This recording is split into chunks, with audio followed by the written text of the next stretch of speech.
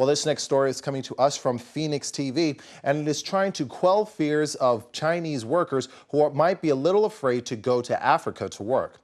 Now, the report goes on to say that state-run media has said that attacks against Chinese workers in Africa were only sporadic incidents, denying that Chinese citizens living on the continent were more vulnerable to violence as China expands its influence. The report goes on to say that Xinhua made the comment in an article following the release of 25 Chinese workers in Egypt earlier this week after being held for 15 hours. The comments also came after a rebel group in Sudan raised its demands to Beijing for the release of 29 workers who had been held since last Saturday.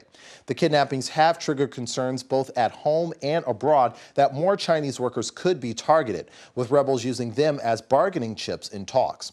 However, the Xinhua article also quoted mainland foreign affairs experts from state research institutes who said that taking Chinese nationals hostage was a rare occurrence. He Wenping, who is an African affairs expert at the Chinese Academy of Social Sciences, was quoted as saying that the two hostage incidents are individual and sporadic cases, and there is no sign that such incidents will become more regular.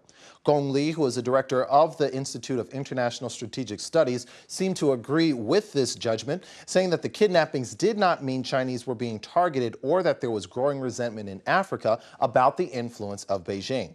Gong went on to say that the allegations of China practicing colonialism in Africa is a malicious accusation put up by the West out of political concerns. He Wenping was also quoted as saying that China would continue investing in Africa and Beijing would continue to develop closer ties.